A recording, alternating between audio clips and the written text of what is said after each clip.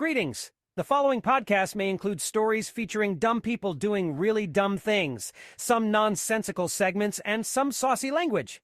Consider yourself sufficiently warned. Now enjoy the show. And now, coming to you live from the tri-state area and San Francisco, California, it's the best part of Wednesday, Waffle Box, with your hosts, Mike Fish and Kush Hayes. Welcome to Waffle Box, the podcast where we talk about anything, everything, and nothing all at the same time. Coming up on episode 130, it's a review of the year. Yes, it's finally our final episode, 2023. We can finally stick a fork in this year. It's done. And we're going to go through our favorite 10 stories from the year. Plus, Kush is going to talk about his top 5 movies of 2023. I'm Mike Fish, and I am joined, as always, by the main man from San Fran, the man who's going to do those reviews. It's Mr. Kush Hayes. Kush, how you doing, buddy? Happy New Year, y'all. Kush Hayes here, coming to you. New Year's Eve edition, episode 130 of the Waffle Box. It's the original Waffle Box. You accept no substitutions because it has been the best part of Wednesday. Coming to you all the way from the future home of Super Bowl 60. We love you because we do this. You do this because we love you, and I will always get that wrong every 4th episode. Producer Lathan. Greetings, fellas. I just want to let you know that I'll be taking a back seat this week because I am thoroughly looking forward to watching you two attempt to put some lipstick on this total pig of a year and call it a beauty queen. I bid you both the best of luck. Oh, I guess that's his view of 2023. Yeah. I mean, he's not wrong. It was a rather complicated year, but I felt like it's the first normal year we've had since 2019. To be honest, with the way it's been since then, I couldn't even remember one single thing that happened in 2019. Oh, I do. Yeah, I remember quite a few nice things that was happening. Like, like total freedom to do whatever, man. I could take the bus without wearing a mask. I still might have to engage in a hobo knife fight downtown, but things were a lot more relaxed, a lot less paranoid, and a lot less cautious. And shoplifting was not as rampant as it is today.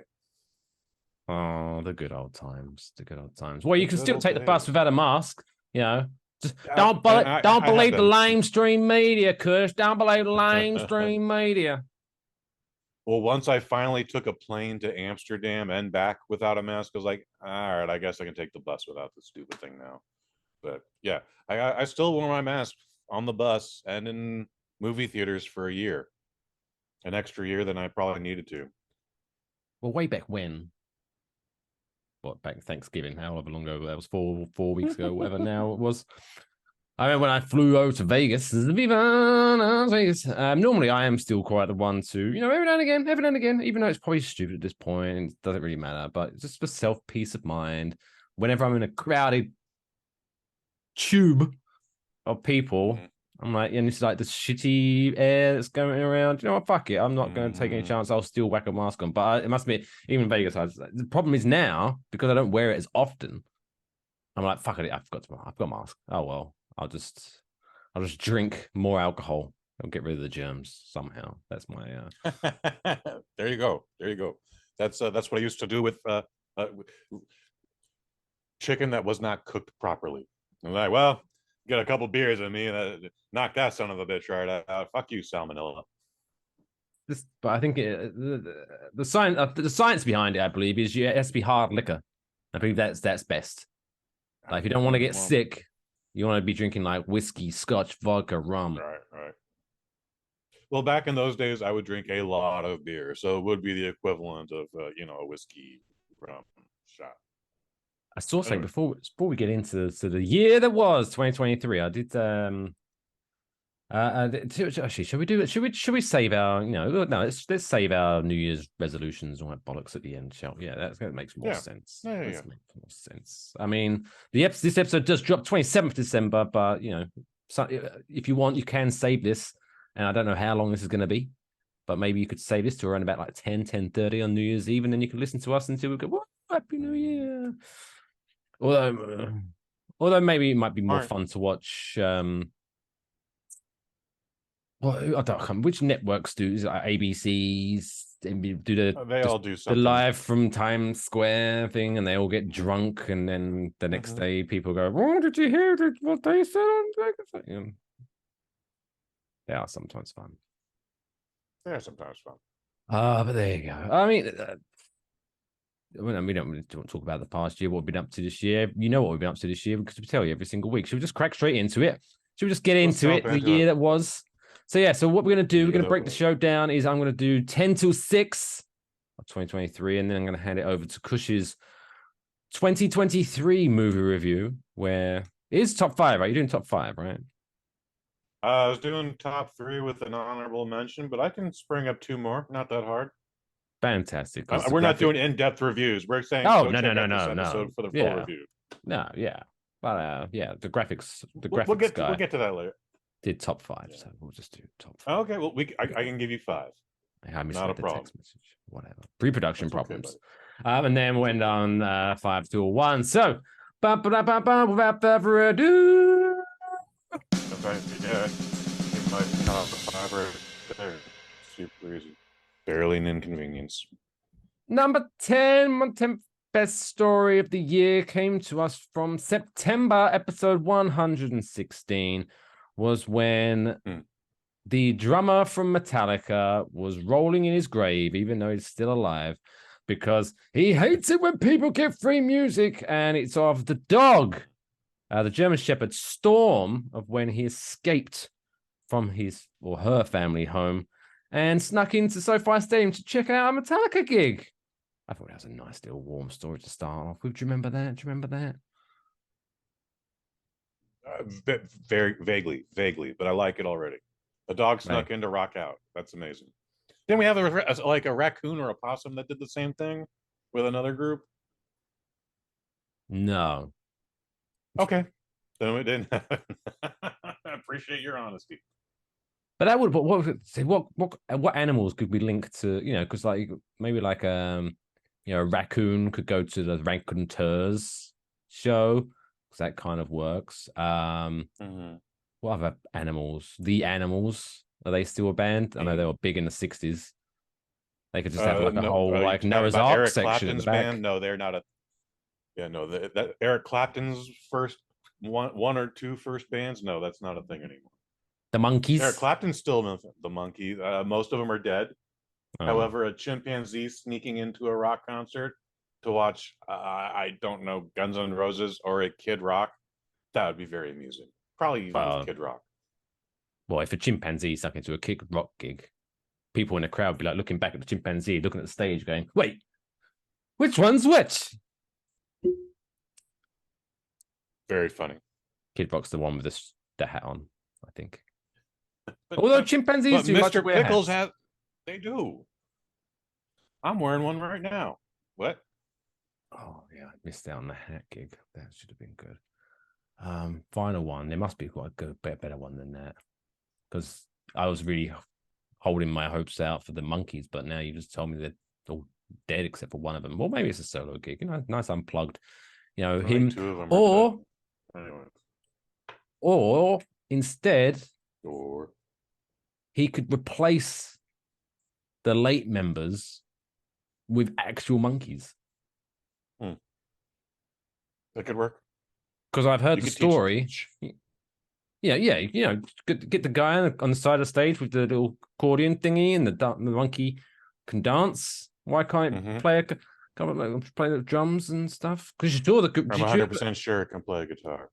Did you see? I don't know if it came over here in America. Did you see? I think it was for Cadbury's Chocolate, I do believe, with the gorilla playing "In the Air Tonight" by Phil Collins.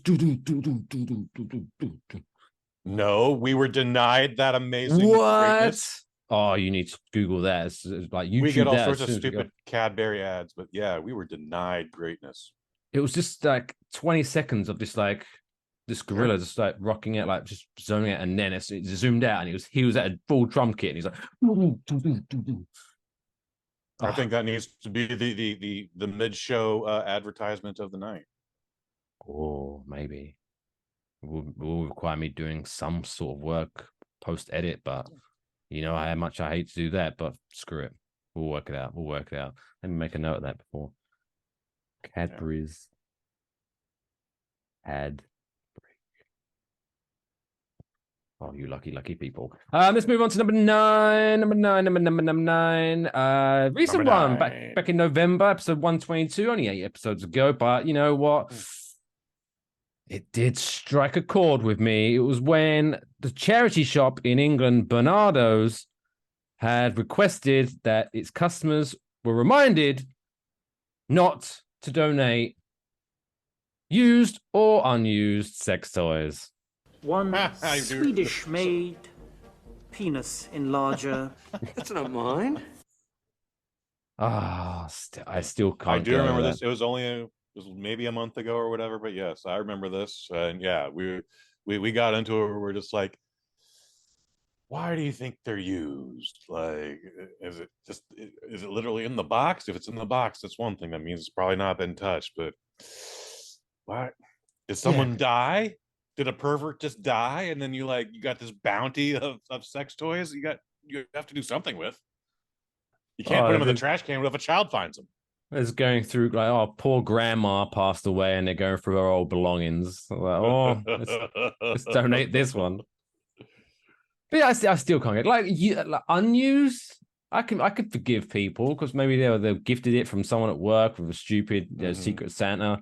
Oh, get rid of this, give it to a charity shop. But who is Clorox wiping their double-ended dildos and then taking it to the charity shop thinking that's okay? Like, my God. It's purple in my imagination. They're all purple for some reason. Why is why?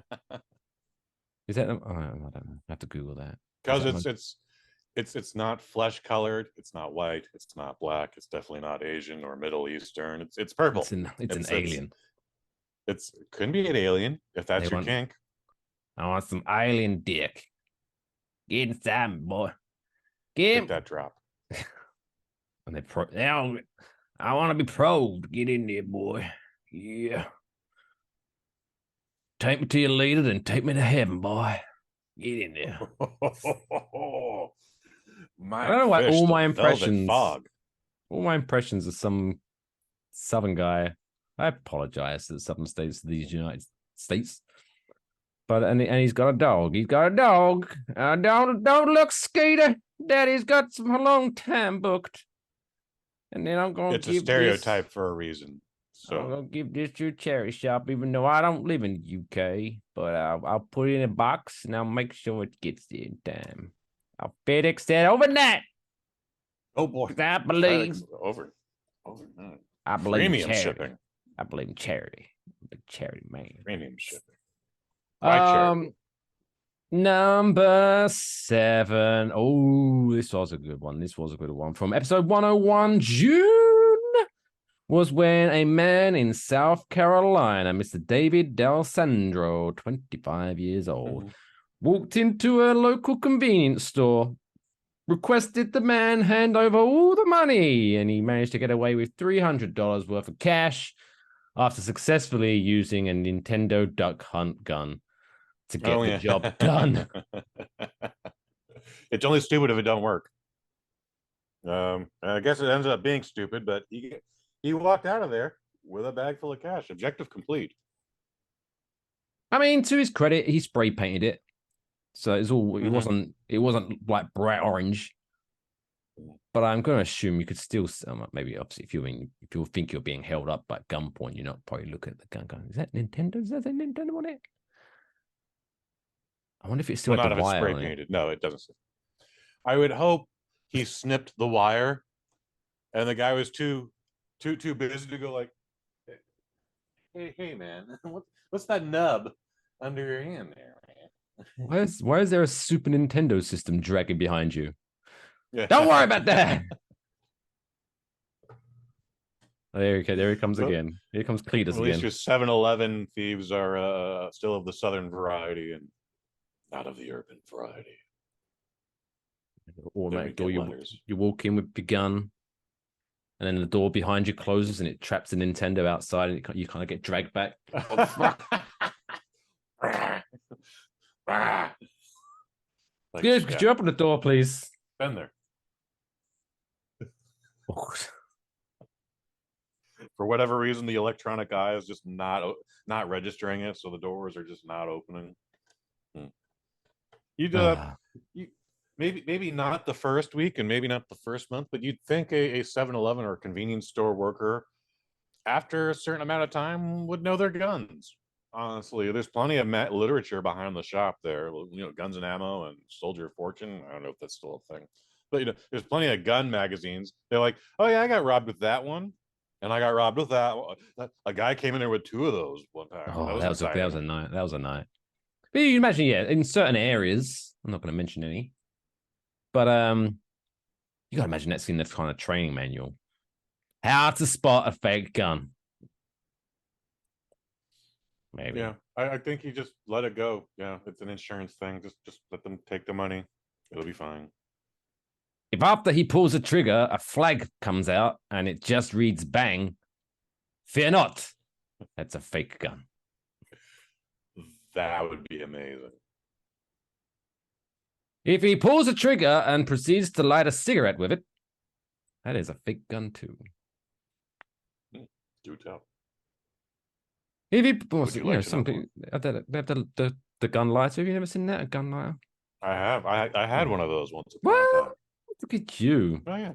Was it small or was it like a? It was small. It was silver. It looked like a tiny little Derringer. If it was a real gun, it would have hold like 4 bullets. Like it's yeah. I want to get like a double barrel shotgun one. Oh, it's a little excessive, but it's excessive. But why not get a baseball bat with a lighter too? You're doing this like now you're just talking stupid. But imagine if you're at a party, conversation star, icebreaker. Someone goes, "Hey, have you got a light?" And you pull out this fuck. There you go, pal. And he's shoot him in the face with a flame.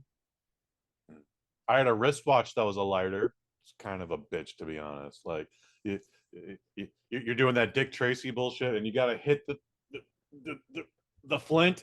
It gets really stuck, so you got to push it in, and then you got to go. And it's just like it looked weird. It looked weird. It felt weird. It wasn't a good looking watch. And then eventually it runs out of fluid anyways. And it's like, oh, I really don't want to take the time to fill this back up. Yeah, I'm just gonna put you back on the dresser. Someone gifted me a New York Giants, one of those Zippo light, not Zippo. What's the one where you flick it? Yeah, if you're really smart. Mm-hmm. The brand name is Zippo, but they have it's a wind resistant lighter. But yeah, it's run out again, and I just haven't got the energy to even look up or where I would even get that filled up again. Do I just go to a gas station? Can I have can I have 10 cents of regular, please? A gas station in New Jersey might actually have the kerosene you need. It comes in a little yellow bottle. It's maybe $5 today. But you could find them at like CVS and all that stuff. Well, when you could buy cigarettes at CVS, fucking hell. They're around, but yeah, it's still a whole thing. You gotta pull the thing out, and there's a screw you got, and then bloop, bloop, bloop, bloop, bloop. And guess what? It overflows every time, anyways. And you're like, oh great, now I got gasoline all over my fucking pants. And get yourself a disposable Bic. They're like $1. Yeah, I'm a cheap man. Anyway, on to number 7. Oh, sorry. What? Oh, okay. So I was all right. Yeah. No, carry on. On to number 7, my man. Oh, no. You've this lost. This is the second time we're doing 7. You've lost faith in your addition to the story? No. We went 10, 9, 7, and now we're doing 7 again. Which I okay. It's going to be a different story. Well, yeah, the South Carolina, that was number 8 then. I apologize. No worries. Oh, dear. Number 7. Will forgive you. No, they won't. Number 7. They're a mean bunch. Number 7. Oh, this one is a good one. Where the German ballet director, Marco Gurt, the director of the Hanover State Opera, was not very happy when Miss Huster, a critic, gave him a review of his new showing saying that the show was driven her mad and almost killed her by boredom, which is not very nice. It's not a nice review of a ballet show. That's a harsh critique. But at the foyer of the theater, so this is the problem, right? Before I get the punchline, in case you don't remember this, because this is all back way in February, episode 86. Oh, Like if like, for example, let's say you're a ballet director, right? And I'm a critic, and I've just said, wow, Kush Hayes, his writing drives me to boredom, and I'm lucky to still be alive because I could have died from how bored I was. If I put that out there into the universe, I'm probably not going back to the theater where Kush is putting on a show. I'll probably avoid him for a little while, just in case. But no, she is a brave girl, and she went to the foyer of the theater, the opera house, I should say, that he was putting on the show, and he threatened to ban her from the theater, saying that people had cancelled their season tickets because of her review. After which he produced a bag of dog shit and smeared it over her face. Oh dear. You eat pieces of shit I for don't- breakfast? No. Wow. Oh, she had it for brunch or lunch or late dinner. Oh.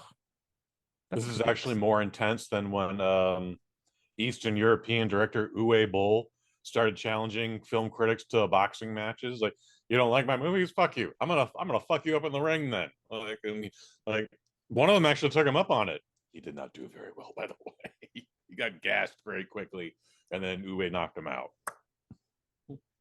Oh, it's impressive. But if I'm thinking of the same guy, I'm pretty sure Uwe Boll doesn't sound as coherent as that.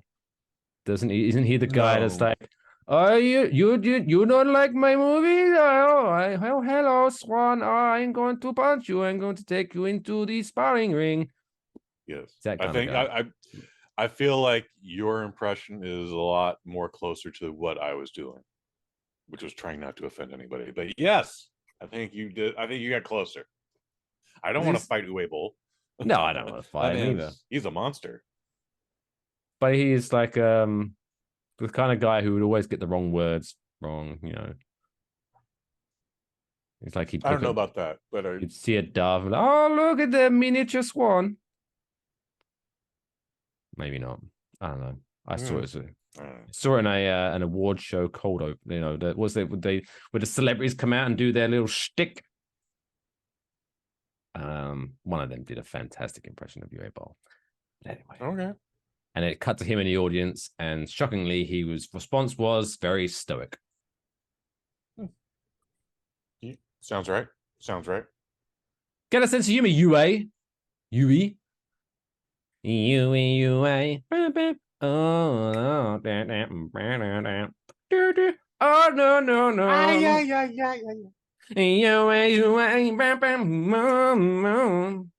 There you go. I sang a song for you. Don't fight me in the ring. We're gonna. Oh shit!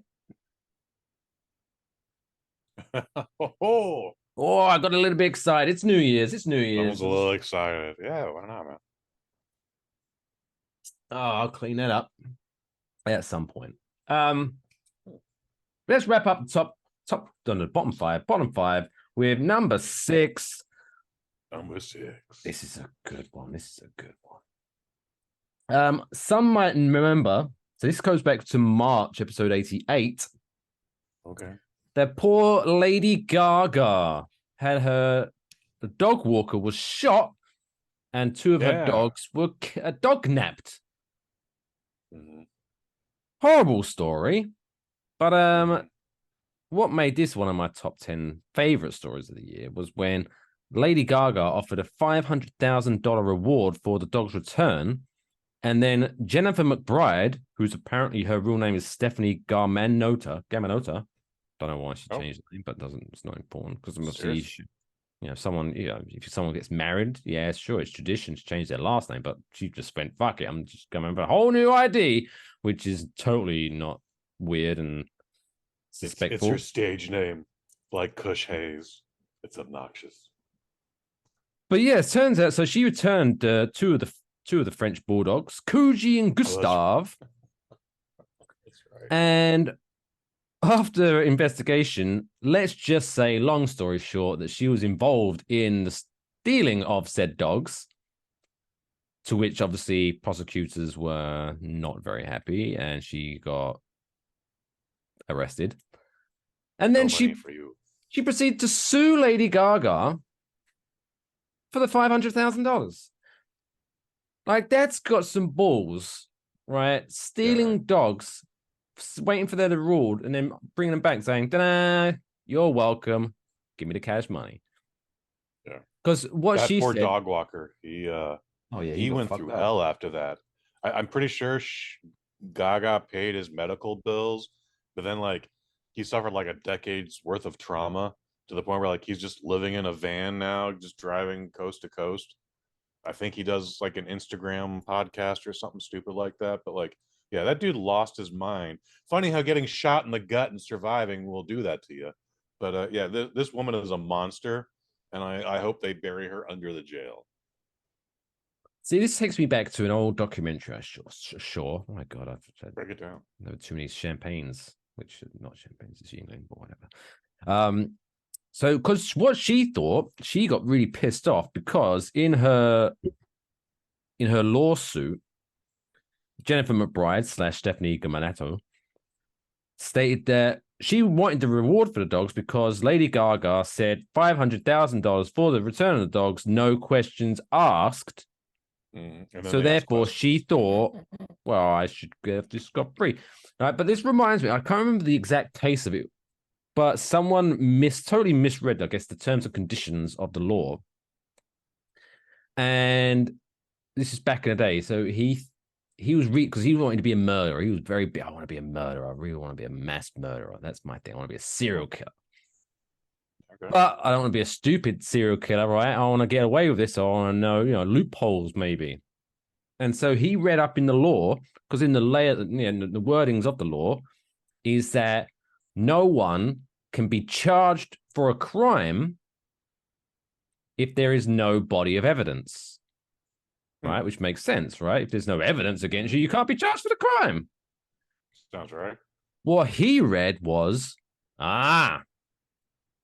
if I get rid of the body, there's no body of evidence. And so what he would do is kill people and then like dissolve their bodies in acid and shit like that. That's a good way to do it. It's a good way to do it. If you are going to do it, we don't condone doing this, but if you're going to do it, not realizing that along the way, he left lots of evidence that it was fucking him doing it. And he got arrested and he was like, what? I thought there's no body of evidence. And they were like, you fucking... No, it's only evidence, stupid. We've only got evidence, sir.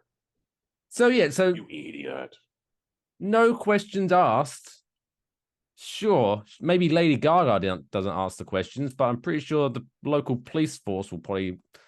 Hey, where'd you get these dogs?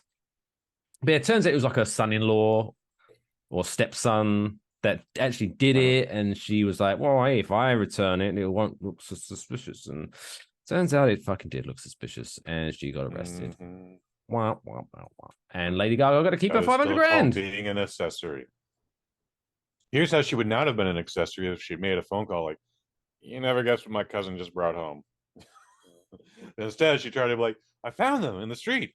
They were fighting an alligator, and I rescued them, and I punched the alligator in the snout. And here are your dogs, Lady Gaga. So I was there, money, please, saving children from a burning orphanage when I suddenly saw these dogs. A fucking orphanage is always on fire too. Oh, why don't they build those better? Right, they're always on fire.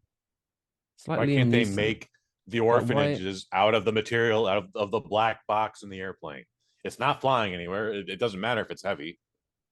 Make the orphanage out of the black box. You hear me, architects? I'm calling you out. Or Mike's got a better idea. Yeah, instead of using bricks, just build orphanages out of like Orphans? stacked up fire extinguishers. Oh, interesting. So Interesting. as soon as the fire starts, they all go off. Fires out instantly. I mean, sure, they'll have to still technically rebuild the orphanage because I'm sure the fire extinguisher would fuck off somewhere through the pressure. I don't know the science. I feel like we're gonna get into a mold thing with an entire infrastructure made out of fire hydrants, but it's not a bad idea. I think it just needs a little polishing. For a second there, I thought you were saying like, let's build the orphanages out of orphans. And I'm like, I don't know, Mike.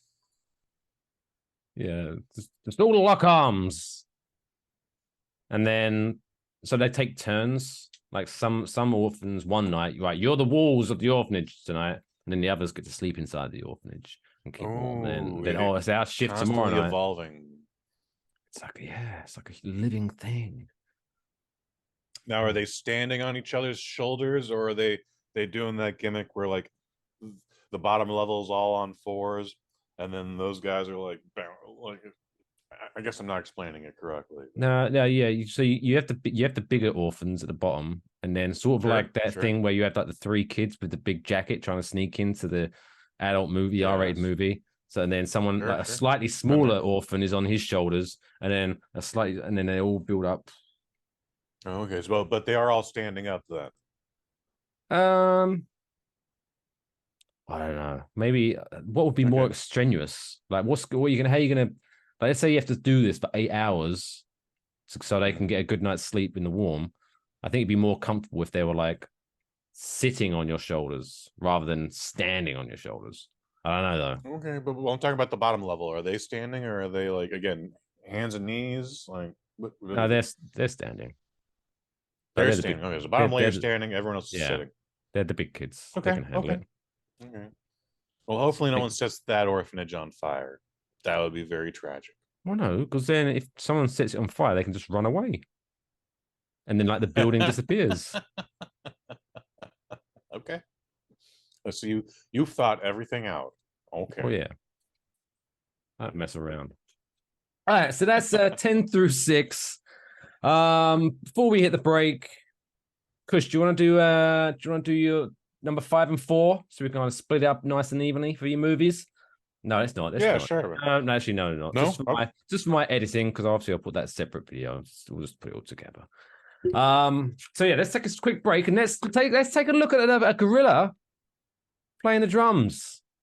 Yes. Those, unless you're listening to the audio version, then this is a time to go to YouTube or Spotify where you can watch the video version, and in a moment you're going to see a gorilla playing the drums. But after this break, we will be back with Kush's top 5 movies of the year and a final top 5 stories of 2023 as we wrap up this crazy wacky year and salute 2024. We'll be right back after this short break.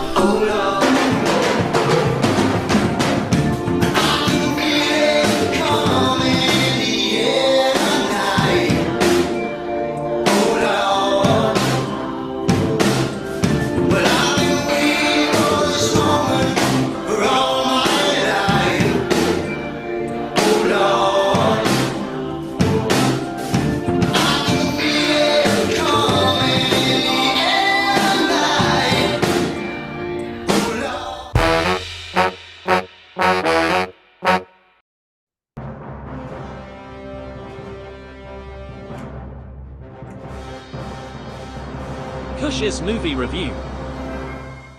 Yes, welcome back to Waffle Box Year in Review 2023, and we kick things back off where Mr. Cushford Hayes himself is going to talk about his top movies of 2023. We're going to give it, he prepared top 3, but I kind of sprung in and kind of want top 5. Let's go top 5. Obviously, we're not going to do full review, so we're going to say, hey, Nice this round is the number. movie. This is the episode we reviewed it on. Maybe we might mention something about the movie, but check out the full review in the archives of the show. So Kush, I'm gonna kind of chime you in with the numbers. Got the numbers. So let's kick things. Do you want to kick things off with the top 5, or do you want to do honorable mentions, or what do you want to do? I'm gonna do the one honorable mention. It is the only movie on this list that I did not review on the Waffle Box, and it was just one of those things. I didn't get to see it when it first came out. It would leave theaters entirely and then come back to the little mom and pop theater. And Polite Society came out, I want to say around April. We wouldn't see it till May. It is PG-13. It's technically a foreign film out of the United Kingdom. 1 hour, 44 glorious minutes. That's a big deal for us. And written and directed by Nadina Manzoor. I hope I did not pronounce her name, but I'm never good about that stuff these days. She does a fantastic job with this movie. It makes me want to see more movies from her. And this movie also stars Priya Kasura and Ritu Araya, as well as Nimra Bushka, who plays the evil mother-in-law. This was a fantastic, fantastic movie. For the longest time, it was my favorite movie of 2023. What's it about? Very briefly, a young schoolgirl wants to be a stunt woman so badly. Her sister helps her out here, and then one day sister meets a dude and she's gonna get married, and little sister is like, something's up. Is there something up? I don't know. But eventually we're talking about bitches being cloned in the basement, and it's just action packed. It's fun, it's charming, you love the family. It's about family.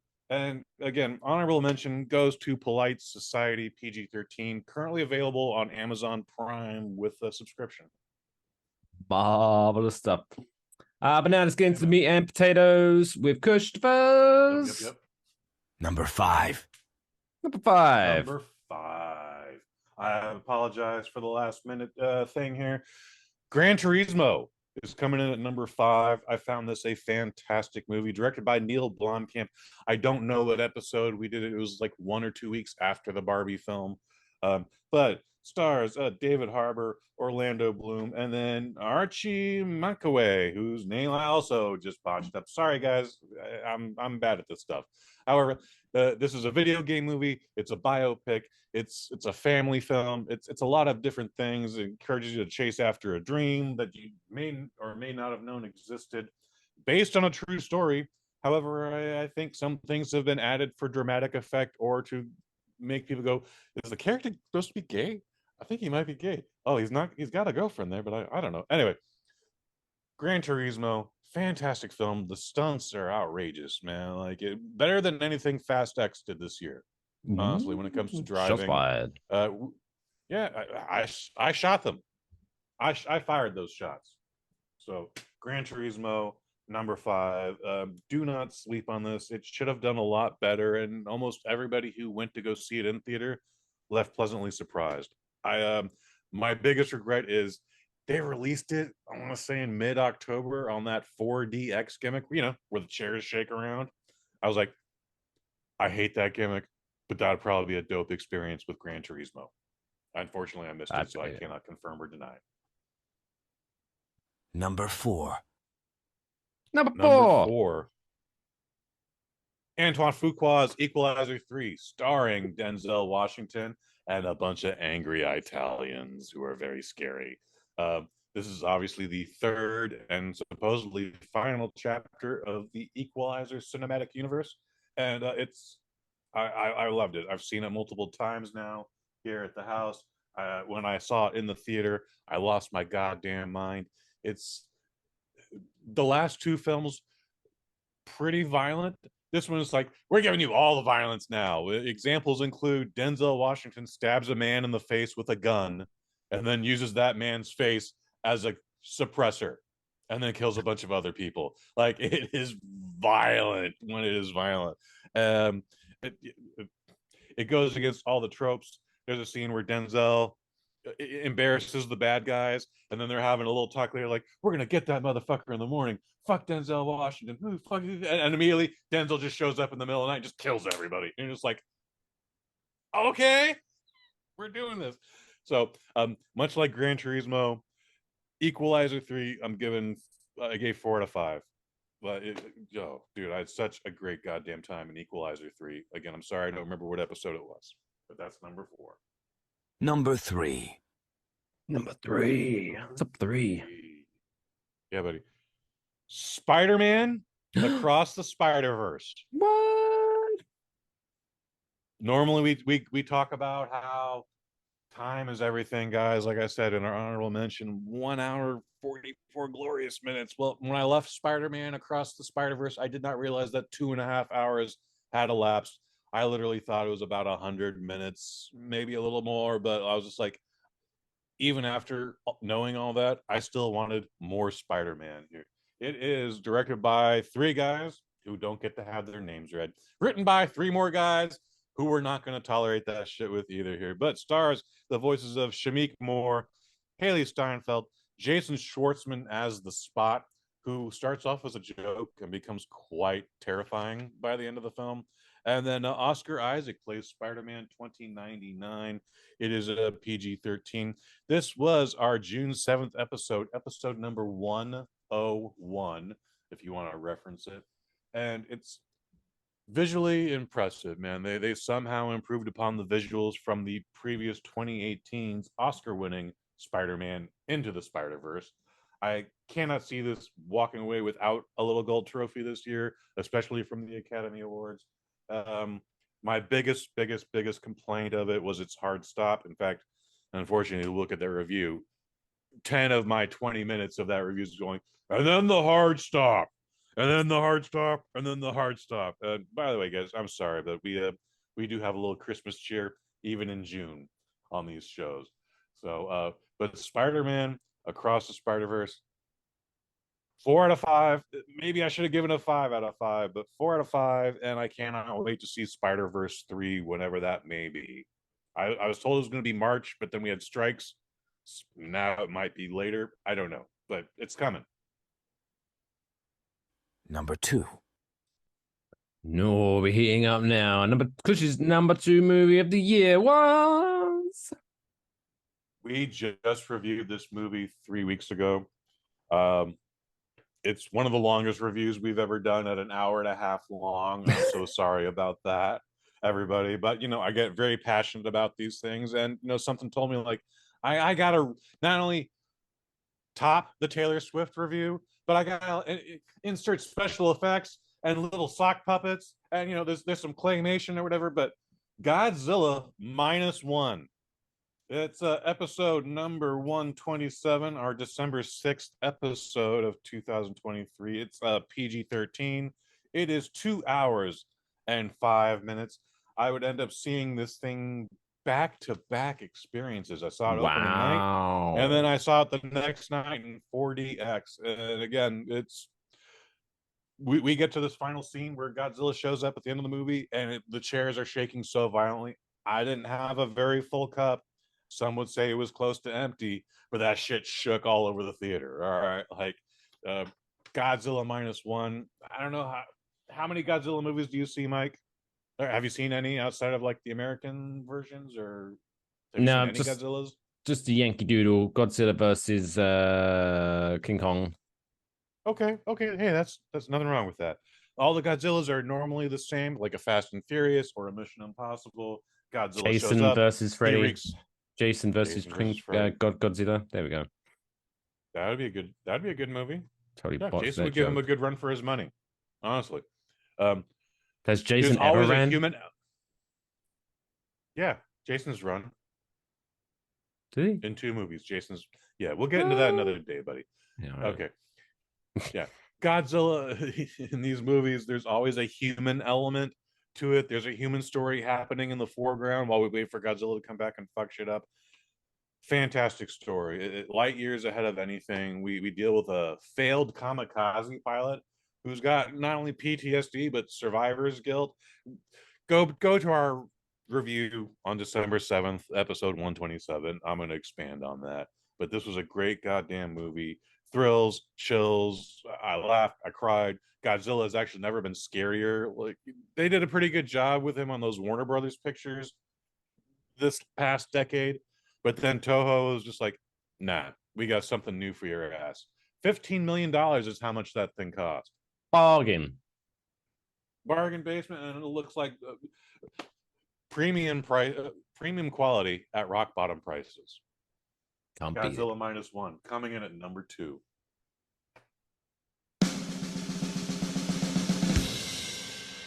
Number 1. Kush's favorite movie of the year. Well, I think it's the best movie of the year. I don't necessarily know if it's my favorite. All subjective. All subjective. Much like Godzilla -1, this is the only other 5-star movie I've given this year, and it's the Barbie movie. Rated PG-13, 1 hour 54 minutes. This was episode number 109. It came out August 2nd, 2023. If I get 5 stars, Margot Robbie, Ryan Gosling, written and directed by Greta Gerwig, also written by her husband Noah Baumbach. This movie had no right being as good as it was. Again, I liked Gran Turismo, but even 2 weeks after that, I was still thinking about the events of the Barbie movie. Again, that video is like 40 minutes long, guys. So go check that out. And I promise you, we will try and come up with shorter reviews in the future. But yeah, there we go. Honorable mention, Polite Society. Number 5, Gran Turismo. Number 4, Equalizer 3. Number 3, Spider-Man Across the Spider-Verse. Number 2, Godzilla -1. And the reigning queen, Warner Brothers and Mattel's Barbie. Kush, what about Killers of the Flower Moon? What about Oppenheimer? They're all very good movies. They're very fucking long, though, and I did not derive any entertainment from them. I'm sorry. I like seeing Florence Pugh naked as hell. Not enough. Not enough, guys. Sorry. Yeah, but we all know in terms of the Barbie movie, everyone knows that it's going to clear up at the Oscars, and the award for best supporting actor is going to go to the 13-time world champion John Cena. I'm calling it now. Okay. For his epic, 5-second appearance in that movie. Just a great 5 seconds. Yeah, he's not in it very long. He's in 2 scenes, but he's not in it very long. But while you were in Vegas last month, for Thanksgiving, you should have put a bet on that. I know, right? I should have done. Yeah, but hey, John Cena's appearance in Barbie is like making love to yours truly. Doesn't last long, but you'll remember it. You'll remember it. 2024 has another movie featuring Dua Lipa and John Cena together on the big screen, and it is it's called Argyle. I forget the guy who directed Kick-Ass and the Kingsman. He's directing. I forget his name. Steve is directing another movie that honestly looks like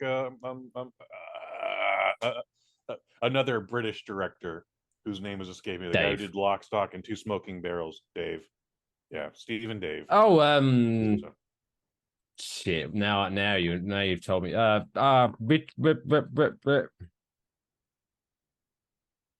It doesn't matter. Look, they're going to be in a movie in January of 2024 together. It looks quite entertaining. It looks like a lot of fun. Lots of colors, so a guy named Kush Hayes is going to love that shit. Yeah, but we'll have a review for Argyle in 2024, most likely.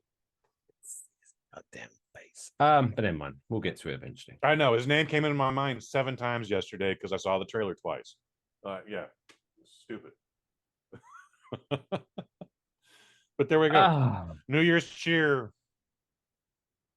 Cheers. Happy New Year. Here's some more amazing Kush's movie reviews in 2024. And if you do want to... Thanks for everyone who's been checking them out. Yes. Sincerely appreciate it. as with this, they're all standalone reviews as well. So they're in. If you want to check out full episodes of Waffle Box, obviously you can do. But if you want to go to the YouTube channel, you can just go to the playlists and you can just watch review after review after review separately from the full show. So you don't have to go through 2 hours of us talking absolute nonsense to get to the movie review. But I have no idea why our review for the Marvels was 40 minutes long. Again, I was going through all this shit the other night and I was like, really? I kind of understand why Barbie went long, but I guess I had a lot to say about the Marvels, which was a positive review, FYI. I was just like, really? 40 fucking minutes on the Marvels? Okay.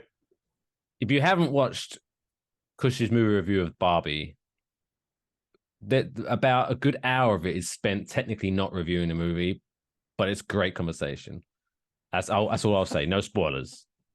It's not an hour long, but it's that was also longer than it needed to be. Again, I'm not timing myself when I do these, kids. I'm just going with the flow, and Mike tolerates it. Thank you, Michael. All right. All right. But now let's get back on track. Choo-choo. Let's wrap up the top 10 stories of 2023 as featured on the Waffle Box podcast. And now I get to do the countdown. Whoop whoop. Number 5. Number 5 story of 2023 is when a shoe shop. There we go. She sells seashells on the seashore. So this shoe shop. You did better than I could on that one. Thank you very much. In Peru was broken into when a man stole 200 sneakers from this shoe shop. Fucking hell. Unfortunately, he didn't go to the stock room. He stole them from the display case. And obviously, at some point, he realized, oh, wow, I have 200 sneakers and they're all for the right foot. So he either had to somehow sell these to some really rich one-legged man, or he was fucked. There's a market for that. There's a market. I'm sure there is. But the problem is the timing of it is because if a shoe shop loses 200 right-footed shoes, and then like 2 days later, a specialty shop opens up. Hey, we sell only right-footed shoes. They're gonna go, hang on a minute. What's going on here, wise guy?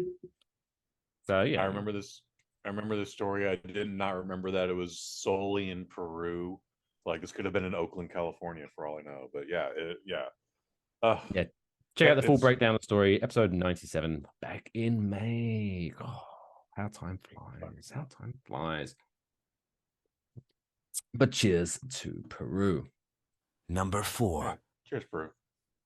Number 4, episode 118 in October was when a woman who was cut short or caught short, however you want to put it, and was like, hey, I'm outside going for a walk. I need to take a piss or a shit. I don't know what it was, but for whatever some reason, she went into this outhouse and decided, hey, before I take this dump, I need to take my Apple Watch off.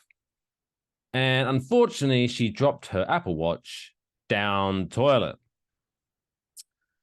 So she was like, you know what? Hey, maybe I just got that recently. Maybe I spent a lot of money, or maybe I was saving up a lot of money for that. You know, I was just like, I've always wanted an Apple Watch. So I was like, saving. I'm not giving up on my Apple Watch too easy. So she decided to climb into the outhouse toilet to retrieve her Apple Watch.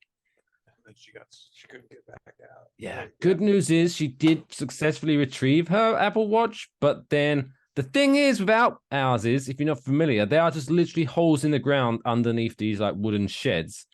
And so to stop, I guess, diseases and smells, they're dug quite deep. Yeah. So she went in there, have my Apple Watch. I'm only 5'6", and I need to somehow get 9 foot to get out of this outhouse. And maybe they'll change their tune, but you know what? They don't supply ladders. in his outhouses. No. So she was No, they stuck in that outhouse, which is not a great situation to be in. I'm in a glass case of I remember we emotion. Not you wish that thing, or maybe would not be good if that thing was glass. I don't know. That'd be I some remember modern, we that'd be some reflected art upon piece, some modern art, a glass outhouse. Some sex perverts art piece. I remember we did wax poetic on this for a while. Like we spent a good deal of time on it, but even after all that, I don't remember if we went like, do you think she took her clothes off? Like, do you think she just like stripped down to like her bra and panties and then jumped in? Or do you think she just like went like, well, I'm wearing jeans, so my jeans are gonna be covered in shit now. Oh well. But my Apple Watch is paramount right now. I don't know if how much I'd strip, but I mean, I'd never do this. Let's just clarify that. But Yeah, if I would, right. I'd probably just roll up the pants above the knee, take the socks off, and hope for the best. Hope for the best. Wow. And then in that case, it's still too deep. Like, I don't know. Oh. The syrup squad probably saw the visual earlier while you're reading it. Like, I just had one of those like frantic shivers. I wasn't even thinking about being under the outhouse. I was just thinking about just taking a normal routine in the outhouse and just thinking like, there are probably spiders under this seat. I can't do that. Oh yeah, I it's can't handle outside that in thought. nature. There might be a possum, Outside, it's nature. raccoon. Yeah, that I do remember. We brought up possums and raccoons hiding for sure. Scratching your balls or something. Do we tip them? That's I remember Oh, that. Check yeah. that out. Episode 118. Oh my god. Good times. Oh. Good times. Great memories. Number 3.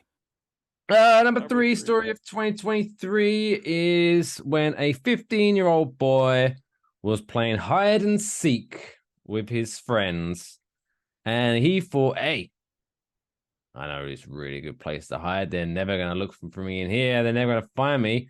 And so he decided to hide in a shipping container. After his friends hadn't found him for, I'm guessing, a while, he, rather than thinking, well, they haven't found me for a while, I think game's over, I think I win, and going home, no, he decided to take a quick nap. To which, long story short, he was discovered in a completely different country 6 days later. I guess he's the winner. He's but that's it's a terrible, terrible game of hide and seek. Did that go the way you thought it was going to go? Nope. No. So yeah, so he was Life hack: travel the country with at the bare bones minimum. Well, I mean, this might be, I don't know, is this like a world record? Guinness, get onto it. A game of hide and seek that started in Bangladesh and ended 6 days later in Malaysia. It's pretty impressive. I don't know. I don't think it's a world record because the subject is actually leaving the field of play. Ooh. Oh, I don't, but do you? Oh, Yeah. that's a good point.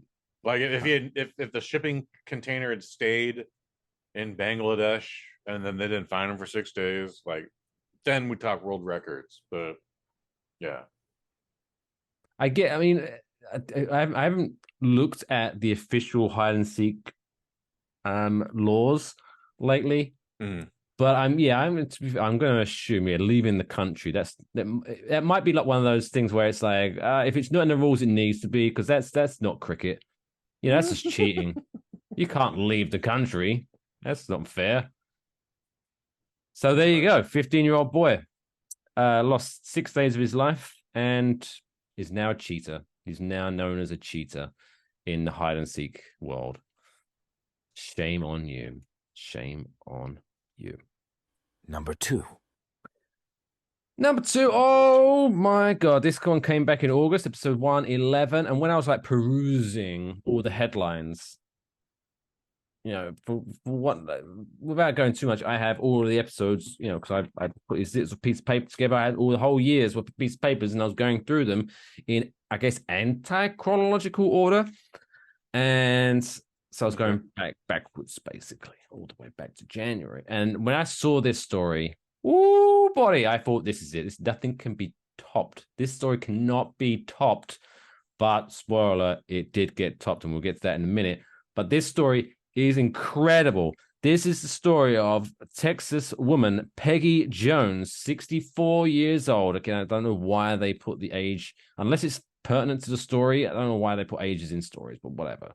Because this is still funny whether she's 21 or 64, whatever. But she was out mowing her lawn when all of a sudden, out of the sky, came this stealth snake. Ha! Just jumped on her. And this snake was like wrapped itself around her. It's like, fuck you. And it started biting her arms and biting her face. And she was like, oh my God, a snake has just come out from the air. How could this be any worse?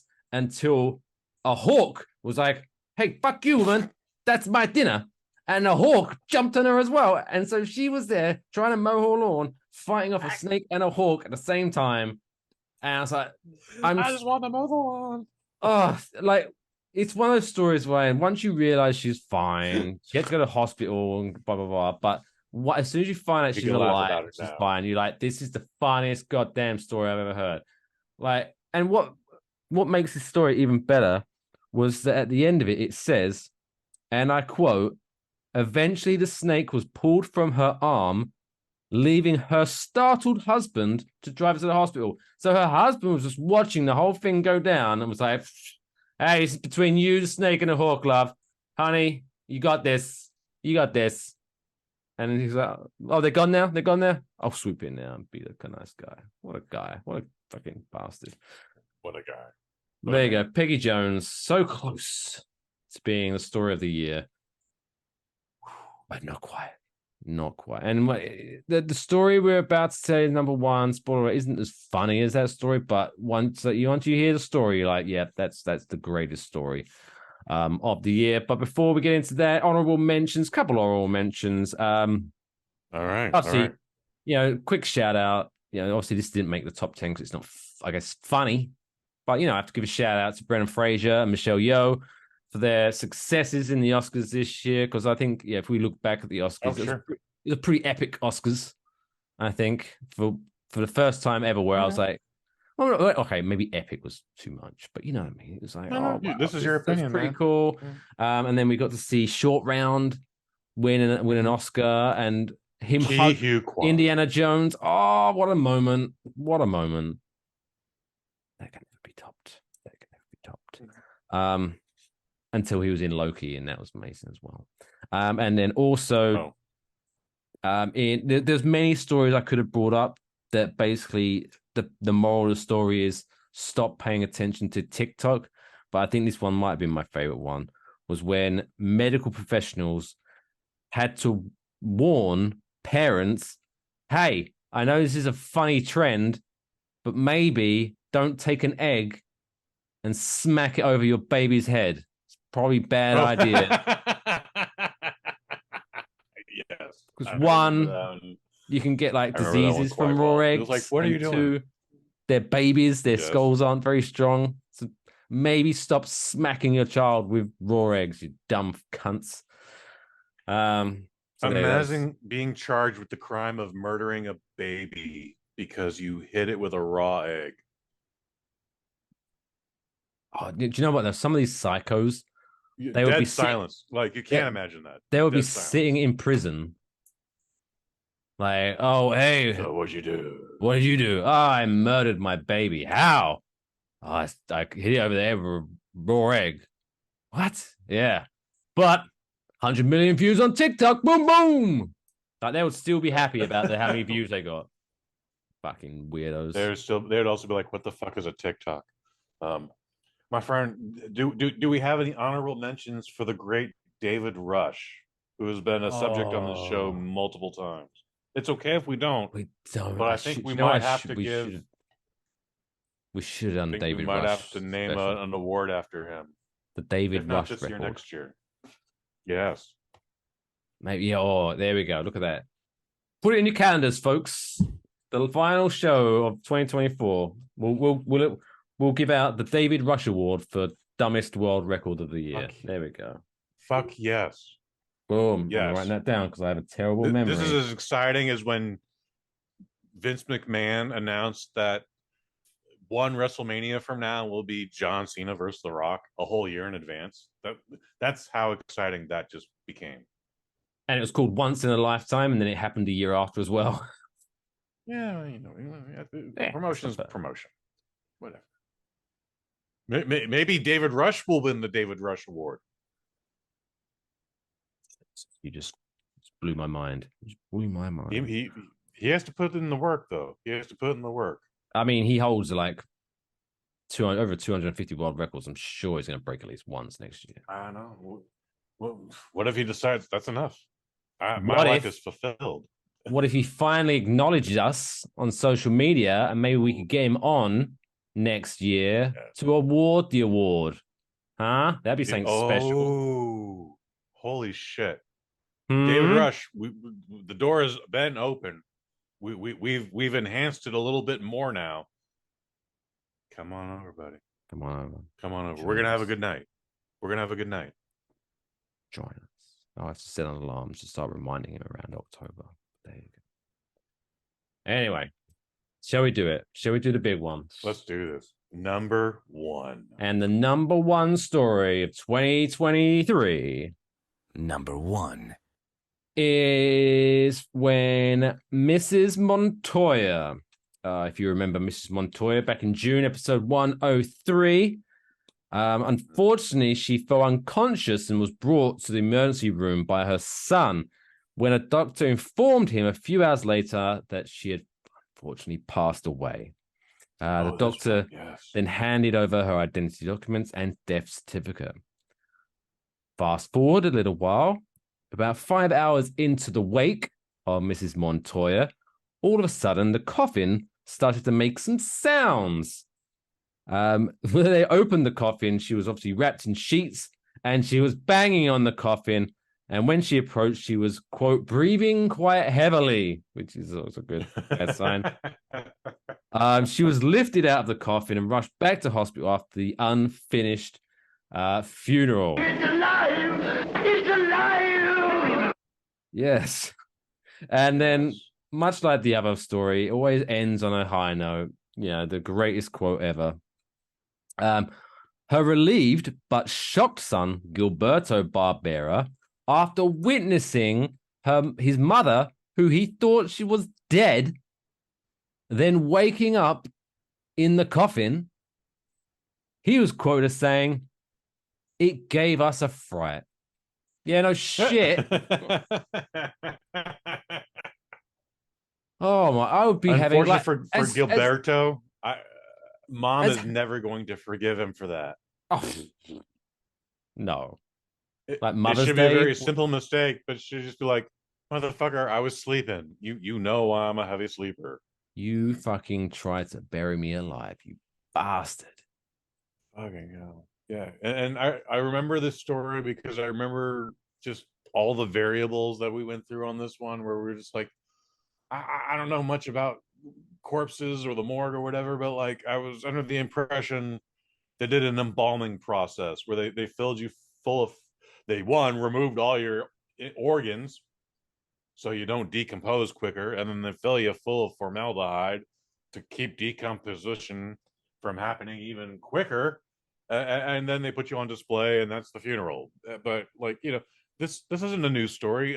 This has happened to other people where if they don't wake up on the morgue slab, they wake up during the wake or the funeral, or like this. It's incredibly rare, but it's always just like, I got a lot of questions here that go past this person's self. I mean, I think the most famous, if I'm getting my dates correct, the most famous examples, obviously, I think was in November of 2003, I believe, when a man named The Undertaker was buried alive by his own brother, Kane. And then 4 months later, The Undertaker came back alive and beat him at WrestleMania. Incredible story. Well, he's a wizard. What are you going to do? He is a wizard. What a wizard. And he's, did you see him? He was on TV a couple of weeks ago for the Big 10 or Big 11, Big 12. I don't know. I don't understand college sports, where he was like giving out some custom WWE championship belts to some college team person. I don't know. I don't know how old Mark Calloway is at this point, but he's in his late 50s now. I'm never going to shame anyone for wearing anything, I guess, as long as you feel comfortable. But for some reason, someone who's mid to late 50s still wearing a bandana just kind of seems weird to me. I don't know. How dare you? I know. How dare you? I apologize for shaming, but there you go. Here I am on the internet wearing a fucking clip-on bow tie for the year-end awards. No one would have Drinking known that. Yingling out of a champagne glass. However, 121 out of 130 of the Waffle Box episodes feature me in a bandana. So how dare you? Really? Anyways, yeah, motherfucker. Really? See how fucking paying attention I am. Did you just think I had a speckled fucking skull? Like, oh yeah, sometimes it's blue, sometimes it's red. It's always got those paisley dots on it. All right, yeah. Wait a minute. Let me check this shit out real quick. I love that you made a note. October episode. I love that you made a note that apparently in 9 episodes you haven't, and you know that in fact. Do you keep? Sometimes I wear a baseball hat. Sometimes I wear the top hat. Those are on the holidays. Sometimes I wear a beanie. Those are in the winter. I have my St. Patrick's Day hat over here. I have my Christmas hat over here, which I just wore last week. FYI. Yeah, man. But yeah, the majority of the time, Kush episode 100. You're not wearing one. Okay, yeah, that's one episode I'm not wearing one.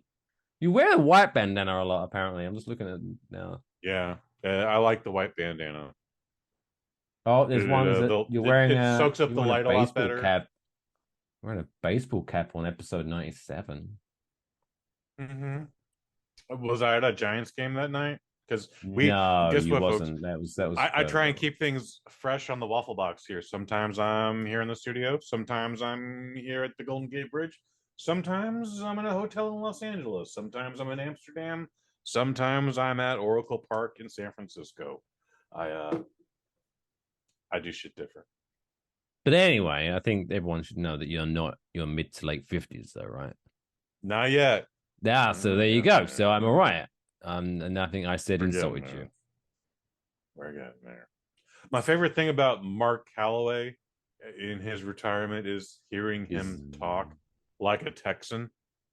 Like my entire childhood, as long as I've known the Undertaker, he has this very monotone, slow growl. Peace. Yeah. But then he talks on Joe Rogan, and he's just like, "Yeah, man, I just love Texas A&M or whatever football team he likes." Don't quote me on that. I don't know if that was just the first thing that came to my head. Texas. Don't tase me, bro. Anyway, I like hearing Mark Calloway's Texas accent in his retirement years. Well, there you go. Who would have thought we would end the final episode of 2023 shouting out Mark Calloway's accent? There you go. You never know what you're going to... Waffle Box is like a box of chocolates. You never know what you're going to get. Closer to Alabama, but I see what you were doing. I know what you were doing. Forrest Gump was from Alabama. Whatever. It's all down south. It's not. I mean, it's down south, but you don't open this door. Oh, if ever I come up to a door and it reads Alabama, I'm not opening that door ever. Yeah, don't open that door. Never, ever, ever. Real quick before we wrap up the 2023 year in review show, I did bring this little clip up. I don't know. Are you a fan, or have you ever watched the Great British Baking Show on Netflix? No.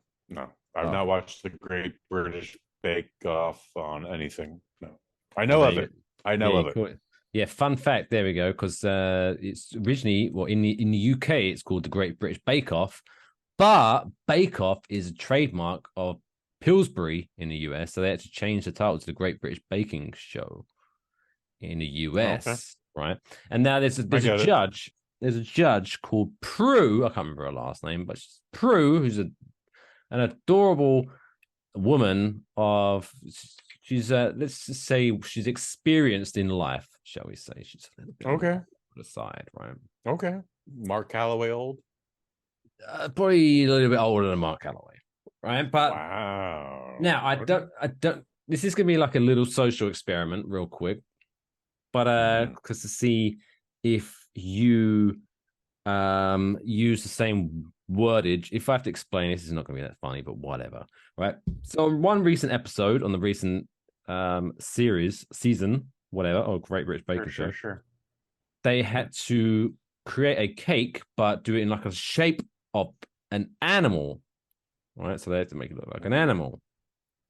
And this one woman decided that she would use a kind of like a vermin type of thing, not a rat or anything, but something, not very vermin, but something that wades around the water and builds dams. That's what I'm going to say, right? And so while she was doing that, the judges walk around and start asking questions of the contestants, you know, because it's for TV, so they were interested things. And she said this, and I quote, I'm not even sure I know what a beaver looks like, so. Which made me. Beavers are mainly Canadian, Pacific Northwest, Pacific North. Yeah. All right. So now you've heard that. Let me put you in the mindset of a British person, of an English person, right? Where for whatever reason, I don't know who came out with it originally, but a beaver is a word that is used to describe. It's a word for a woman's love box, right? Yes, a pussy. I understand. Oh, yes, I comprehend. That sounds so vile. I don't like. I don't like really hearing more that. vile than cunt. Really? No, but I've never described. I don't think I've ever described a woman's vagina as a cunt. I know it can be done. No, that's an insult. You describe a woman's vagina as a cunt. That's you're talking about like it's festering and it's covered in Parmesan cheese and all sorts of. It's as nasty as you think it is. But a pussy? Do you not call it that? No, it just doesn't sound like. I think only overly sexually confident people without a British accent can say that. Like if like, could you imagine? Like, if I walked up to a woman and said, "Oh, excuse me, I would rather like to put my penis in your pussy." It doesn't. They're gonna be like, who the fuck? I'm gonna have a restraining order on me so quick, my head will spin. No. You might actually have a date for Friday night if you do that. But you're married, so none of this is happening. None of this is happening. This is all hypothetical. You were married. However, yeah, I much prefer. You seem to be more offended by pussy than cunt. I'm fascinated by I don't know. I don't know why, but pussy just sounds. That's okay. That's okay. I much prefer. I didn't like the word cunt until maybe about 5 years ago. Then I was like, everything's a cunt. Fuck this.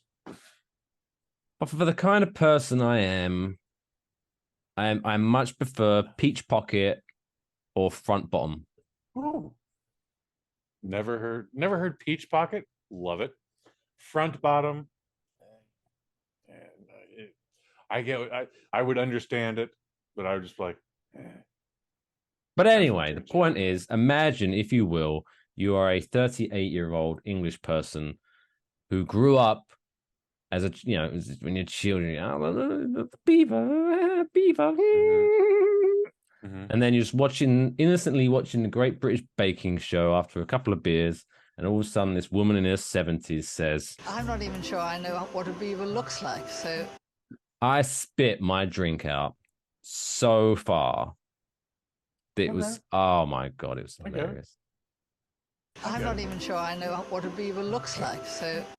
I'm still laughing about it. I'm still laughing about it now, but it's just shout out to Prue. I'd have laughed at your spit take, but that comment isn't funny to me, but your spit take would have been hilarious to me. I guess I get it. She doesn't know what a beaver looks like. No, but I'm just saying. She's heard it's described as a pussy. I guess it would be if you was watching something and be like, Like if someone was like, I've never in my time have I touched a pussy. When they're talking about a cat, you'd be like, oh my god. No, I wouldn't. But I get why you would. Jesus Christ. Have a Coke and smile, Kush. I'm not even sure I know what a man. beaver looks like, so... Again, you guys don't have any beavers in the United Kingdom, so I understand all of this. You know, she don't know what that is. Yeah, I get it. I get it. Anyway. Oh, that wraps up, I guess, 2023 as a whole. If I still got any more beer to put into this, let's crack on. Let's end this show on a high. I'm down to my last shot here for the night, baby. Even though we're recording this on New Year's Eve, we're actually not recording my this on last New Year's drink for the Eve. night. This episode released on 27th of December, just by the way.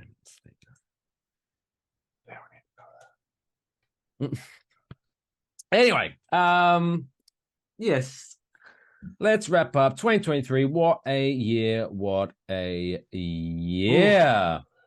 Crazy times for real. Well, that wraps up episode 130. That wraps up year 2023 as a whole. But we can't leave without talking about what we're going to look forward to in the future. Gush, I know, me personally, I'm not one for New Year's resolutions. Like, oh, from January 1st, I'm going to do this, and then by the 3rd of January, like, well, fuck, I didn't do that. So I don't know about you, but are you a New Year's resolution guy? Are you, hey, this is what I got planned for next year? Let's just put the good energy out into the universe. What are you looking forward to in 2024? I definitely think resolutions are a good thing. They don't all have to start at January 1st, but since this one will, it is my intention to work more days than I did last year. It has been a rebuilding year since the pandemic ended. Otherwise, we were on a great road. Then we fell back because of the pandemic. Now we're rebuilding, and so far so good. Also, I would like to get better Wi-Fi because you guys should not see me choppy. You guys also should not even hear about what we deal with behind the scenes here because of my internet. And I am closer to Silicon Valley than Mike Fish is, and that makes things quite fucking embarrassing. So, look, I hope you have a safe and happy New Year. Don't drink and drive. Don't do anything and drive. In fact, just stay home. All right. All the stupid people are outside. You're smart. You're a Serb Squad member. Stay at home. All right. Just don't even drive and drive. It's gonna be fine. Don't even drive and drive. Great call, Mike Fish. It's dangerous. But I'm putting this out there. This is going to be the year, finally, not for health reasons, but for monetary reasons, because goddamn expensive. This is going to be 2024. It's going to be the last time that I smoke a cigarette. So I'm going to put it out there. I'm pretty sure I save it every year, but this year I'm going to try to really fucking do it. And I want to be a really obnoxious non-smoker in 365 days. That's where I want to be at. So I can look at other people who are smoking and being like, oh, you still smoke? It's so bad for you. What are you doing? Don't you know you smell? You smell so bad. No. Definitely quit smoking, but don't be that asshole. Oh, in fact, be the guy who goes like, I see you're smoking. What are you smoking? I was a pack of dick guy myself here, but I just miss the smell. Be that guy. All right? Don't be the guy who poo-poos other people's habits. Just go like, I like what you're doing. Keep going. Do it for me, if you would. Like, and again, are you hoping to not have a cigarette by the end of December 31st, 2024? Or are you just going to quit in general? Yeah, I just want to quit. I want to quit. All right. Cost me as of right now. As of this right now, it's cost me like $12 a packet. Like, fuck that shit. Yeah. We literally just passed 3,500 days as of December 29th. So let's go. Get with me, and I'll tell you how to do it. It's not easy though, but I'll tell you how to do it. Just lock yourself in a room without any cigarettes. Boom. That's a good start, but there's a process to get to that point too. So buy a lock for the door, then lock it, then throw away the key, and then No. just violently masturbate for like a week. Yeah, I mean that's part of it, but don't worry about the log. Don't worry about the log. We'll see. Violently masturbating though, that's part of it. We'll see. Anyway, Lathan. We'll talk after the episode.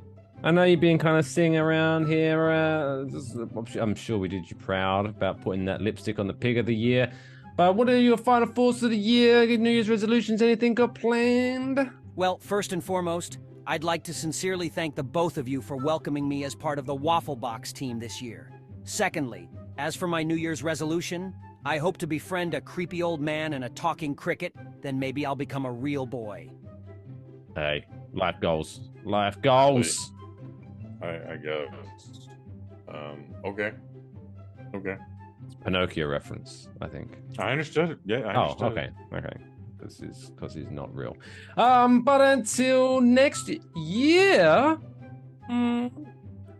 See you in the future. Yeah, we'll see you next year. Oh, you're gonna get so many people doing that to you, and they're gonna think they're hilarious. I will see you until next year. I'm Fuck hilarious you. That's why. Oh. But other than that person, take care of yourselves and each other. Happy New Year, y'all. That's all, folks.